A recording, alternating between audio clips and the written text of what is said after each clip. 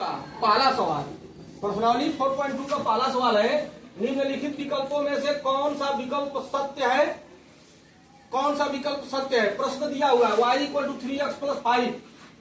इसमें पूछा है कि इसका केवल दो हल है, केवल एक हल है, अनंत हल है।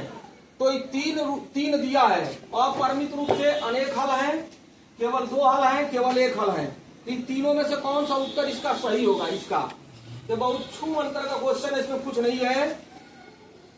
इसके कितने हल होंगे? तो इसके अनंत हल होंगे। क्यों अनंत हल होंगे कि प्रत्येक x के मान के लिए एक नया हल y का आता रहेगा। जैसे देखो ऐसे यहां बना दिए, यहाँ x और यह y लिख दिए, ठीक ना। x का कोई मान रखो, एक रखोगे तो 3 × 3 = 5 3 8, 2 रखो 3 × 6 = 5 11, फिर 3 रखो 3 × 3 = 9 5 14। इस तरह से अनेक रखते जाओ, अनेक मान आता जाएगा y का। तो इसीलिए इसमें जो तीन विकल्प दिया है कि कौन सही है, तो जो विकल्प दिया है कि अपरिमित रूप से अनेक हल होंगे, वही वाला सही है।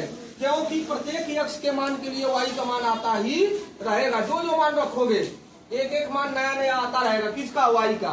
1 रखे 8 आया, 2 रखे 11 आया, 3 रखे 14 आया, 4 रखे 4 के 12 पर 17 आ जाएगा। इस तरह से रखते जाओगे, अंत नहीं होगा उसका। इसीलिए अपरिमित रूप से अनेक हल वाला विकल्प क्या है? सही है। समझ गए ना? यस।